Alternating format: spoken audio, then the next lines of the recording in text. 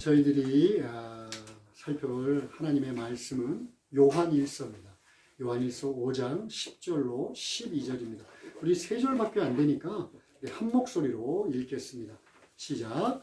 하나님의 아들을 믿는 자는 자기 안에 증거가 있고 하나님을 믿지 아니하는 자는 하나님을 거짓말하는 자로 만드나니 이는 하나님께서 그 아들에 대하여 증언하신 증거를 믿지 아니하였습니다. 또 증거는 이것이니 하나님이 우리에게 영생을 주시는 것과 이 생명이 그의 아들 안에 있는 그것이니라. 아들이 있는 자에게는 생명이 있고 하나님의 아들이 없는 자에게는 생명이 없느니라. 아멘. 오늘 설교 제목은 내겐 생명이 있다라고 하는 제목으로 여러분과 함께 말씀을 나누고자 합니다. 이곳 이제 왓다리에 저희들이 교회를 개척한 지 만 4년이 지났어요. 하나님이 이 왓다리에 교회를 개척하게 하신 은혜가 참 큽니다. 굉장히 많은데요. 그 중에 하나 저한테 작은 기쁨이 있어요. 그게 뭐냐면 볼품없는 텃밭이지만 이 정원 한쪽을 잘 이렇게 가꾸어서 작물들을 심고 키우는 거예요. 올해는 제가 이제 한번 쉬어봤어요. 상추, 고추, 또 깻잎, 오이, 그 다음에 허브 3종류, 또 콩색 2종류, 그리고 미니 토마토, 가지, 우와, 하나하나씩 해보니까 엄청 많네요. 이것들을 심으면서 키우면서 제가 느끼는 게 있어요. 하나님의 세계가 참 아름답다라는 것을 그전에 많이 깨달았는데 식물들이 자라는 걸 보면서 야, 하나님의 세계는 참 놀랍고 신비하구나 하는 것도 느껴요. 정말 마치 죽어 있는 것 같은 그런 씨 아니에요? 씨 말라갖고 죽을 것 같잖아요. 그런데 그게 심겨지면 그 안에 생명이 있다는 증거가 있어요. 그게 뭐냐면 싹이 나고 줄기가 나고 커지고 그리고 무성해져서 결국 열매를 맺는다는 거예요. 뭐 새삼스러울 건 없는 것 같아요. 너무 당연하게 우리가 알고 있는 내용입니다. 그죠? 생명이 있는 것은 자란다 라고 하는 아주 간단한 하나님 세계, 하나님이 만드신 피조 세계의 창조의 원리를 요즘 제가 열심히 깨닫고 있는 중입니다.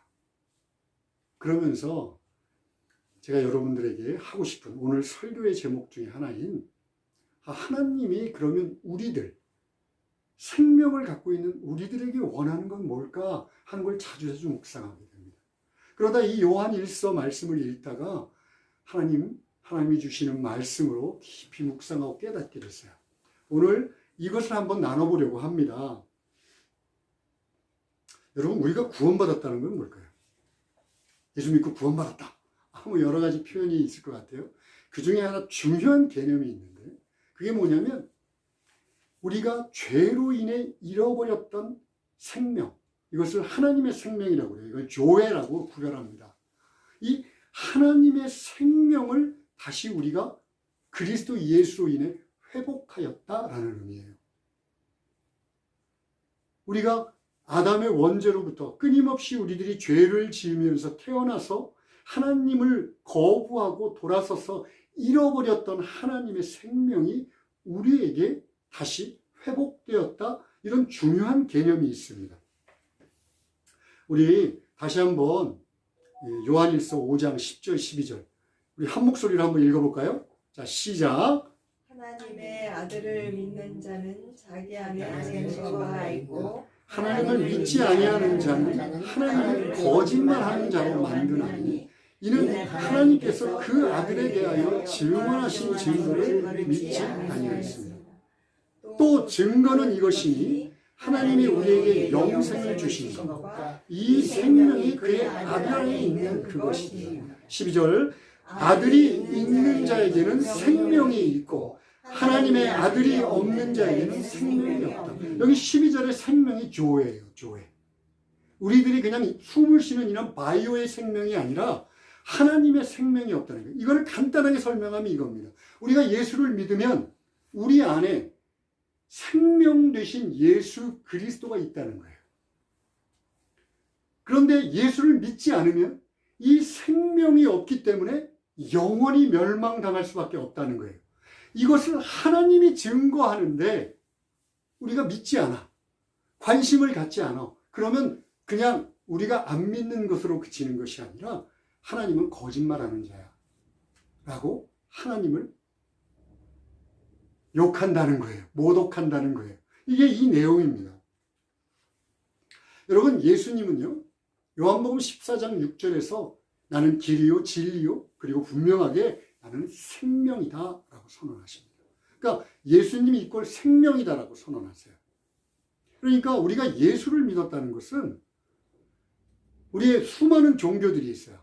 수많은 종교들은 어떤 교리를 믿거나 아니면 어떤 가르침을 믿거나 아니면 어떤 도덕률을 믿거나 아니면 심지어 우상, 돌이나 나무나 금속을 조각해서 자르고 다듬어서 만든 우상, 돌 조각을 믿는 것과는 다르게 우리는 인격체를 믿는 거예요.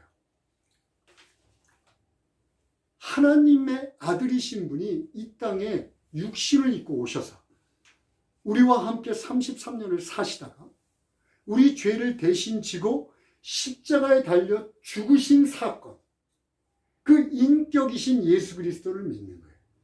그리고 그분이 부활 승천하셔서 지금 하나님 우편에서 우리들을 위해 기도하고 계시고 또 반드시 약속하신 대로 다시 오실 것이다 라는 것을 믿는 거예요. 거기에 더해서 인격체라고 하는 건 뭐냐면 형제와 지연자매가 두 분이 인격체예요. 인격체가 서로 사랑한다, 관계가 있다, 친밀한 교제를 나눈다는 건 뭐냐면 인격과 인격이 만나는 거잖아요. 동등한, 대등한 관계로 만나는 거예요. 그래서 서로 얘기도 하고 마음을 나누고 서로 사랑하는 관계, 이것을 인격적인 관계라고 해요. 근데 하나님께서 인격적인 존재라는 건 뭐냐면 우리들을 그렇게 대하기를 원하시는 거예요. 그냥 단순히 구원받고 그걸로 끝, 천국 보내준다? 이게 아니라 생명이신 예수님이 우리 안에 들어오셔서 하시고자 하는 게 뭐냐면 살아있는 인격체이신 예수님이 이 땅에 우리 안에 들어오셔서 하시고자 하는 게 뭐냐면 내가 너를 사랑하는데 너와 인격적인 교제를 나누고 싶다는 거예요. 이게 구원의 목적이에요.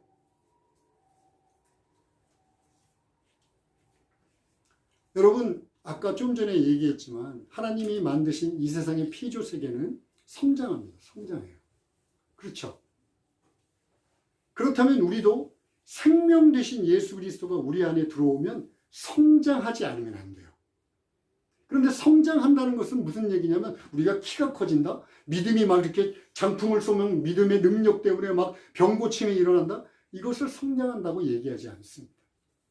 하나님과 얼마나 친밀한 관계를 갖고 있느냐? 이것을 성장한다라고 얘기해요. 자, 예수님이 우리 안에 있다고 그러니까 이제 많은 사람들이 무슨 생각을 하냐면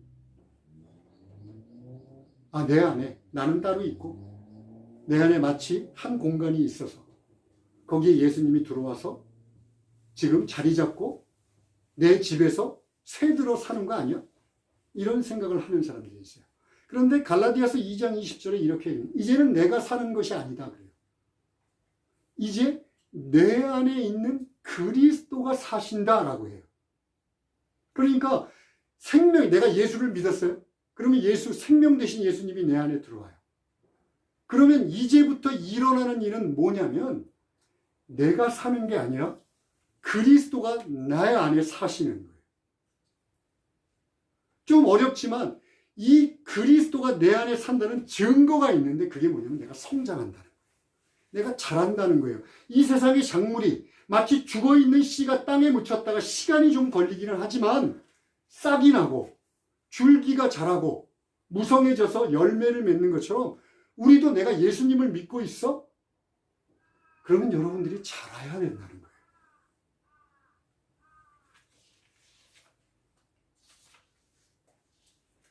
그런데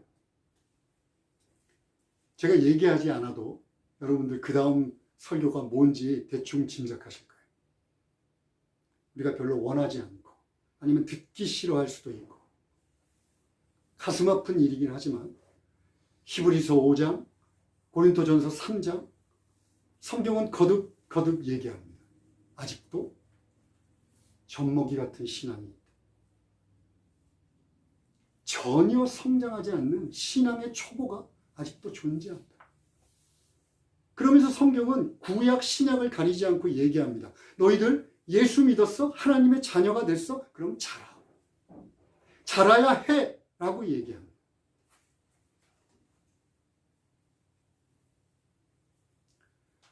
성경은 얘기합니다. 이제 너희들이 여러 가지 면에서 선생이 돼야 되는데 계속해서 몇십 년 신앙생활을 해도 다시 신앙의 초보로 돌아가서 우유만 먹고 있구나. 젖만 달라고 하는구나. 어떻게 된 일이니? 내가 너희들에겐 더 이상 딱딱한 음식 같은 말로 너희들을 가르치지 못하겠구나. 라고 바울이 한탄을 해요.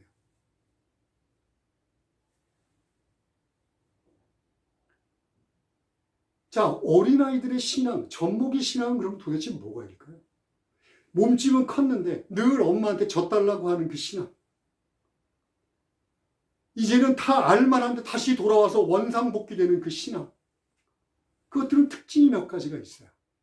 첫 번째는 자기 사랑이 너무 강해요. 교회를 다니면서도 내 사랑이 너무 커서 말씀을 볼 때도 나를 만족시키는 말씀, 나한테 위로가 되고 나한테 그저 달콤한 말씀만 몇 구절만 갖고 신앙생활해요. 여러분, 성경의 말씀 90%는 우리를 가르치는 말씀입니다. 성경의 90%는 저희를 가르치는 말씀이에요. 여러분들을 위로하는 말씀은 10%밖에 안 됩니다. 그런데 말씀을 볼 때도 그런 건 무시합니다. 기도할 때는 어떨까요? 하나님의 뜻은 상관없어요. 내가 요구하는 거, 내 욕망을 채우는 것만 그냥 강제하듯이 요구합니다. 그리고 안 들어주면 막 화를 내요. 예배도 마찬가지입니다. 예배도 마치 예배 드려준다라고 생각해요. 하나님의 임재 앞에 나와서 하나님을 겸손하게 만들 생각을 안 하고 내 기분이 먼저예요. 내 기분이. 내가 오늘 기분이 좋아? 그러면 예배도 즐거워요. 저 목사가 나한테 듣기 좋은 소리에? 그럼 예배 은혜 받은 거예요.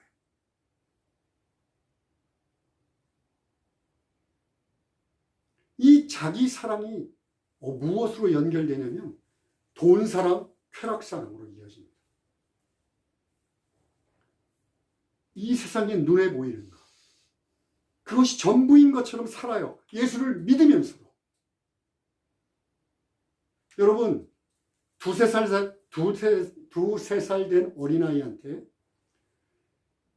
아주 달콤한 캔디 하나하고 10,000원짜리를 이렇게 줘보십시오. 그럼 뭘 택할 것 같습니까? 100이면 100, 사탕을 택합니다. 어린아이 신앙이에요. 이 세상의 것들, 그저 달콤하게 자기 욕망을 채워줄 것 같은 그 달콤한 것들만 요구하는 거예요. 쾌락도 마찬가지.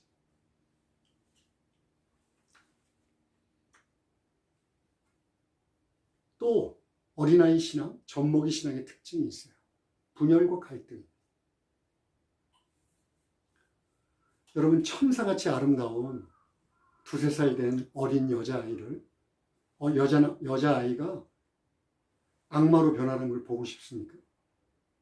그러면요, 그 두세 살 된 여자아이랑 자기 여동생이나 남동생을 한 방에 밀어넣으세요. 그리고 그 여자아이가 정말 좋아하는 인형, 그렇게 아끼는 인형을 그 여동생한테 한번 줘보세요. 그러면요, 그 아이는 순식간에 악마처럼 변합니다. 신앙생활을 오래 해도 내 거라고 여겨지는 거, 자기 자존심일 수도 있고 자기의 지위일 수도 있고 자기가 이 교회에서 차지하는 위치일 수도 있고 자기가 세상에서 누리는 위치일 수도 있어요. 그걸 누군가가 기스를 낸다, 흠집을 낸다, 견디지 못합니다. 그리고는 아닌 척하면서 분열과 갈등을 조장합니다.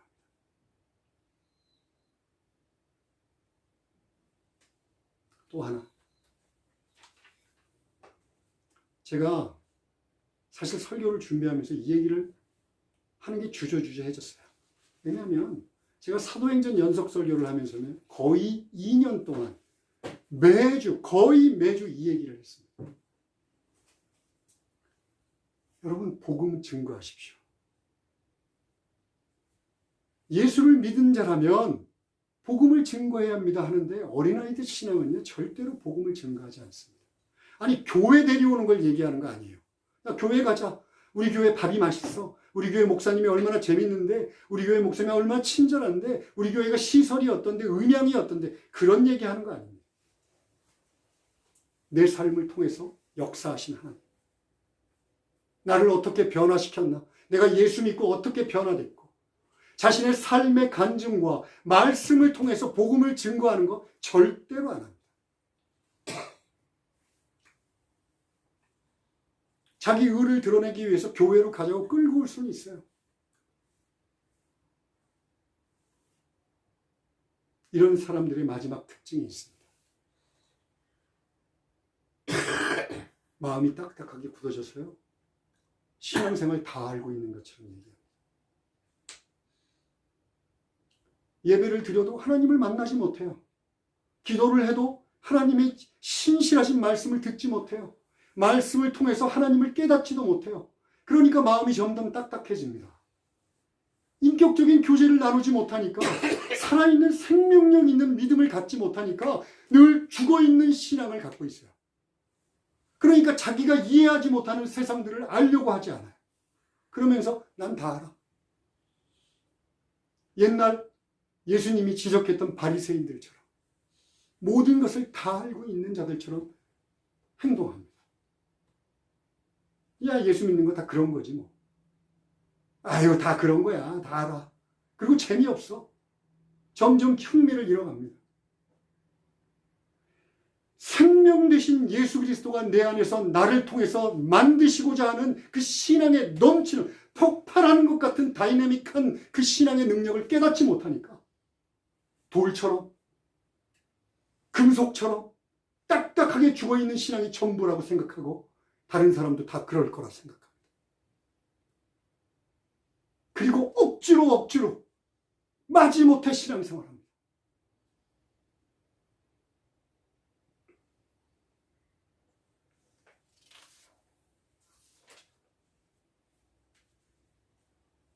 여러분, 제가 여러분들을 지금 야단치려고 하는 거 아닙니다.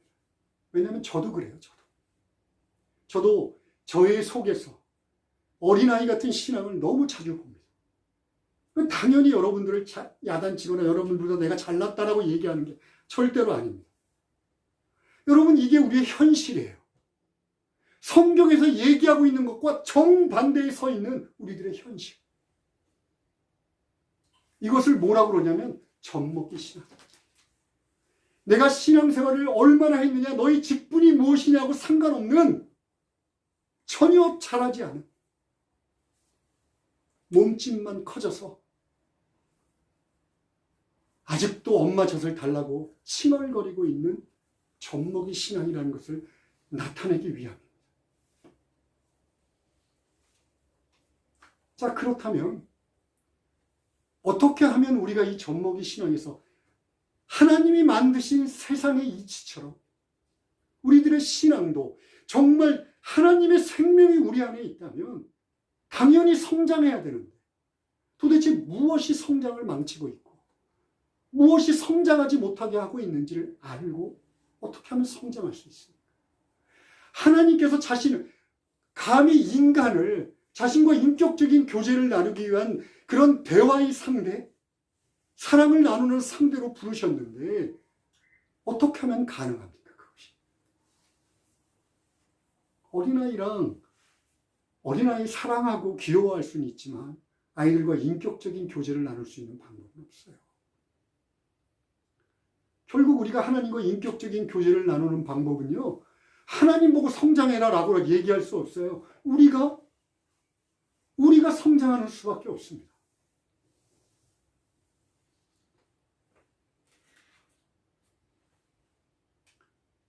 다시 한번 강조합니다, 여러분. 상추 씨가 뿌려져서 요만한 깃털과도 같은 정말 작은 점과도 같은 깻잎 씨가 뿌려져서 그 깻잎이 싹이 나고 줄기가 나고葉っぱ가 커지는 것은 이 깻잎이 무엇을 했기 때문입니까? 열심히 크려고 노력했기 때문에? 아니면 물을 잘 줘서? 비료를 잘 줘서? 아니요. 그 안에 생명이 있기 때문입니다. 그 안에 생명이 있기 때문에 크는 거예요. 그렇다면 우리들이 제가 자주자주 얘기하는 거 있어요. 말씀 보고 기도하고 예배 잘 드리면 우리가 성장할 수 있습니까? 도움이 됩니다. 도움이 돼요. 그런데 그것은요, 선행 조건이 아니라 따라오는 조건이에요. 선행 조건이 있는데 뭐냐면 우리 안에 있는 생명이 일할 수 있도록 해줘야 되는 거예요. 여러분들이 예수를 믿으면 내 안에 생명이 있잖아요. 그 생명이 일할 수 있도록 해줘야지 여러분이 성장합니다. 여기에 대해서 아주 중요한 하나의 힌트를 예수님께서 우리에게 얘기하십니다. 우리 앞에 보실까요? 요한계시록 3장 30절입니다. 우리 함께 읽겠습니다. 시작. 볼지어다 내가 문 밖에 서서 두드리노니 누구든지 내 음성을 듣고 문을 열면 내가 그에게로 들어가 그와 더불어 먹고 그는 나와 더불어 먹으리라. 아멘. 이 말씀은 많은 목사님들이 전도 설교를 할 때 많이 해요. 그런데 그렇지 않습니다. 이 설교는 전도 설교가 아니에요. 이미 예수를 믿고 있는 소아시아에 있는 7교회 중에 하나 라오디게아 교인들에게 한 말입니다. 예수님께서. 이 라오디게아인의 특징이 뭐냐면요, 차지도 덥지도 않은 사람들이에요. 오늘 설교 말대로라면 예수를 믿었는데 전혀 자라지 않는 사람들이에요. 예수님께서 16절에 이렇게 얘기합니다. 너희가 차지도 덥지도 않으면 내가 너희를 토해버리겠다. 뱉어버리겠다. 다시 땅에 뱉어버리겠다라고 얘기하세요. 그런데 사실 그것이 예수님의 마음은 아닙니다. 우리가 일본에서 혼내 타테마야 하죠? 혼내가 아니에요. 19절에서 이렇게 얘기합니다. 내가 너희를 사랑한다. 사랑하기 때문에 너희를 질책한다. 그러니까 나의 질책을 받아서 너희가 열심을 내고 너희들의 현 상태, 차지도 덥지도 않은 상태를 회개해 라고 요청해요. 그러면서 이어서 얘기하는 것이 바로 이 말씀이에요. 내가 문 밖에서 서서 두드린다. 누구든지 내 음성을 듣고 문을 열어서 나를 반겨두면 내가 그와 더불어 먹고 그는 나와 더불어 먹으리라. 무슨 얘기입니까? 너희가 뜨거워질 수 있는 방법이 있는데 너희들이 막 성경 공부를 열심히 하고 기도를 막 하루에 4시간씩 하고 열심히 봉사하고 헌금을 막 빵빵하게 하는 것이 아니라 가장 핵심, 믿음의 근본, 나와 함께 거하는 거다. 나와 함께 거하는 거다라고 얘기하는 거예요.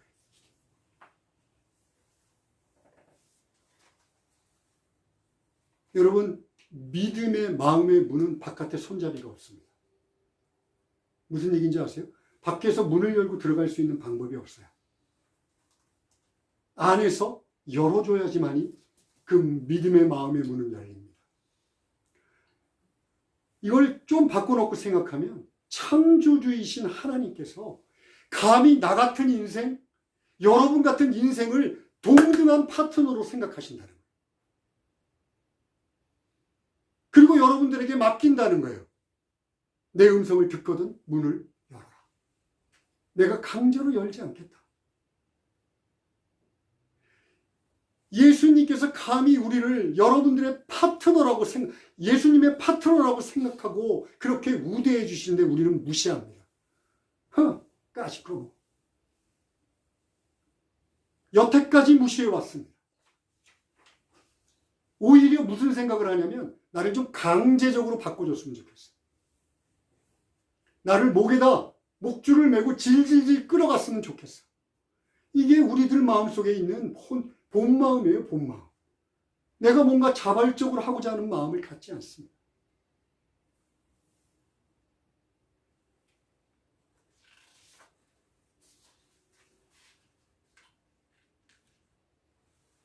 예수님은 살아있는 생명체입니다. 돌판에 새긴 교리도 아니고 금속 조각기처럼 앉아있고 서지도 못하고 걷지도 못하고 말도 못하는 우상이 아닙니다. 그리고 그분은 그 생명력 때문에, 그 다이내믹한 생명력 때문에 자신이 사랑하는 자들에게 찾아오십니다. 뇌성병력처럼 찾아오세요. 거친 파도처럼 찾아오십니다. 그래서 문을 두드리세요. 근데 여러분들, 제가 못 들은 척합니다. 못 들은 척합니다. 왜요? 이 세상이 너무 좋아요. 예수님, 혹시 이 예수님 노크 소리를 듣고 내가 문을 열었다가 무슨 일을 당할까 두려워요. 한 번도 경험해보지 않은 거니까.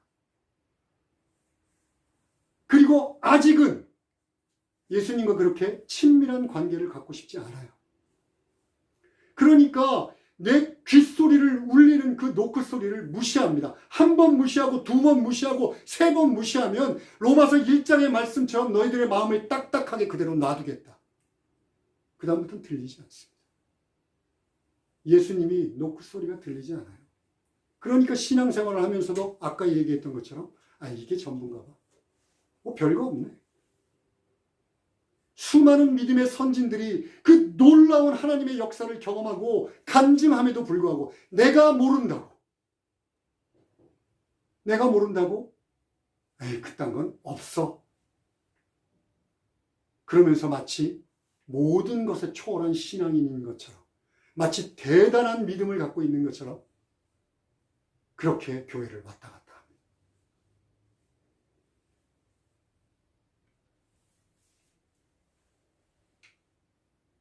여러분, 왜 예수님은 자꾸 귀찮게 우리들에게 오셔서 노크를 하실까요? 그냥 한번 믿고 가만 놔뒀다가 구원받게 해주시면 좋을 텐데, 왜 하나님은 귀찮게 오셔서 노크하고 우리 보고 성장해라 라고 얘기하시는 걸까요?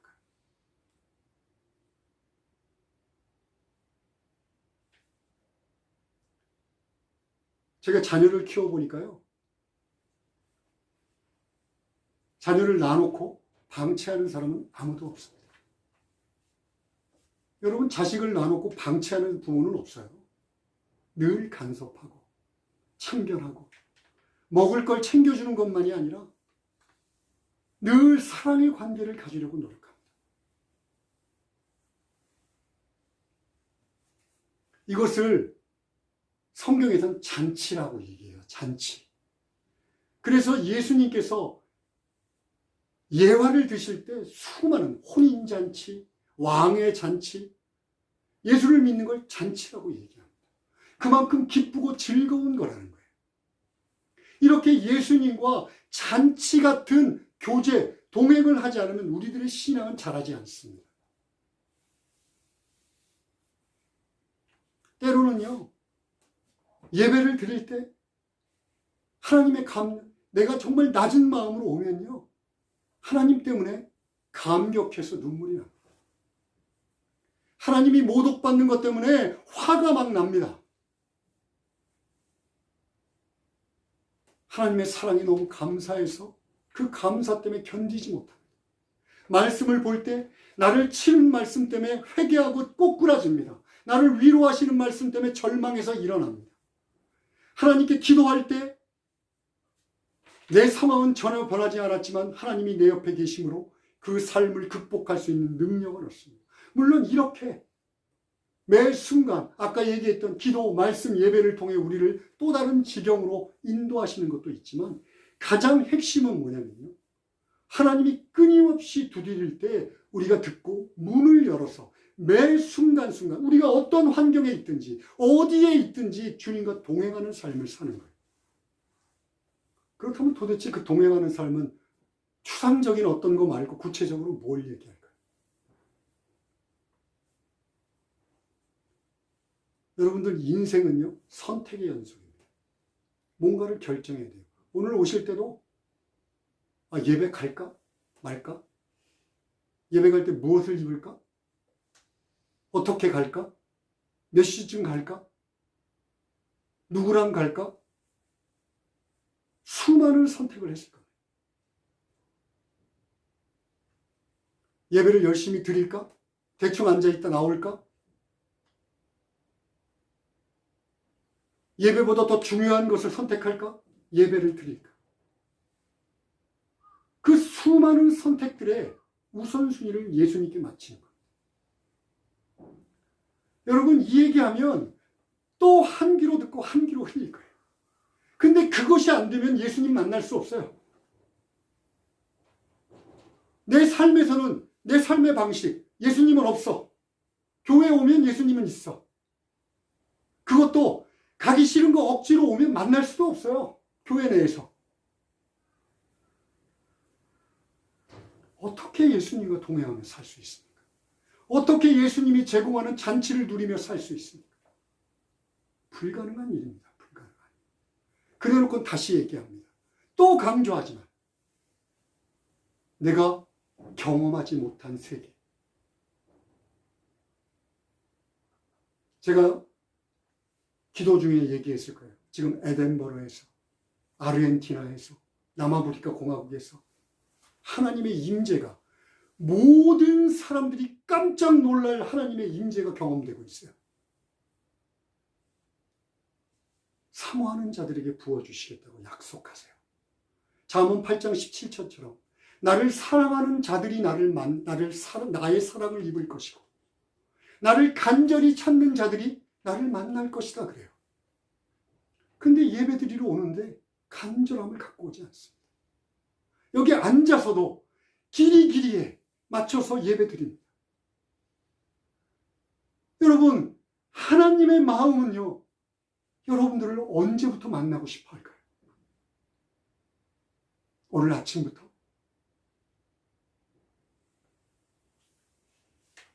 하나님은 끊임없이 여러분들을 찾아옵니다. 그리고 문을 두드립니다.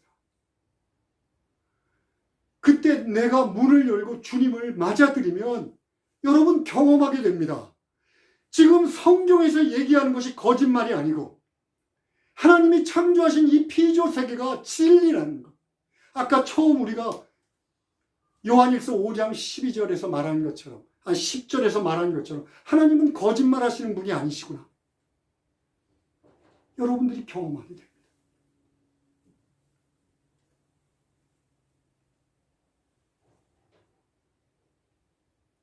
그리고 더욱 중요한 것. 여러분들이 매일매일 주님과 동행하는 삶을 살지 못하면 여러분들이 저 천국에서 주님과 동행하는 것을 어떻게 확신할 수 있습니까? 어떻게 확신할 수 있습니까? 그러니까 불안한 거예요. 나 구원받았나? 이때는 이랬다가 저 때는 저랬다가 하나님이 없는 것 같다가 다시 어떨 때 자기 기분이 좋아질 때는 하나님이 있는 것 같다가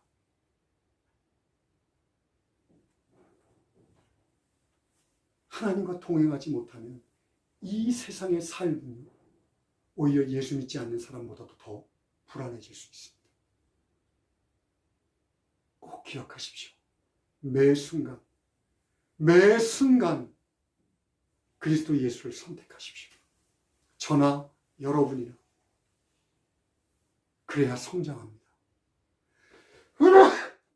기도하시겠습니다. 하나님 아버지, 누구든지 나의 음성을 듣고 문을 열면 내가 그에게로 들어가겠다. 내가 나올 필요도 없습니다. 그에게로 들어가겠다. 그리하여 그는 나로 더불어 먹고 나는 그로 더불어 먹겠다고 약속하신 이 예수님의 음성이 우리들에게 진리로 다가오고 또한 경험될 수 있도록 도와주시옵소서. 예수님의 이름으로 기도합니다. 아멘.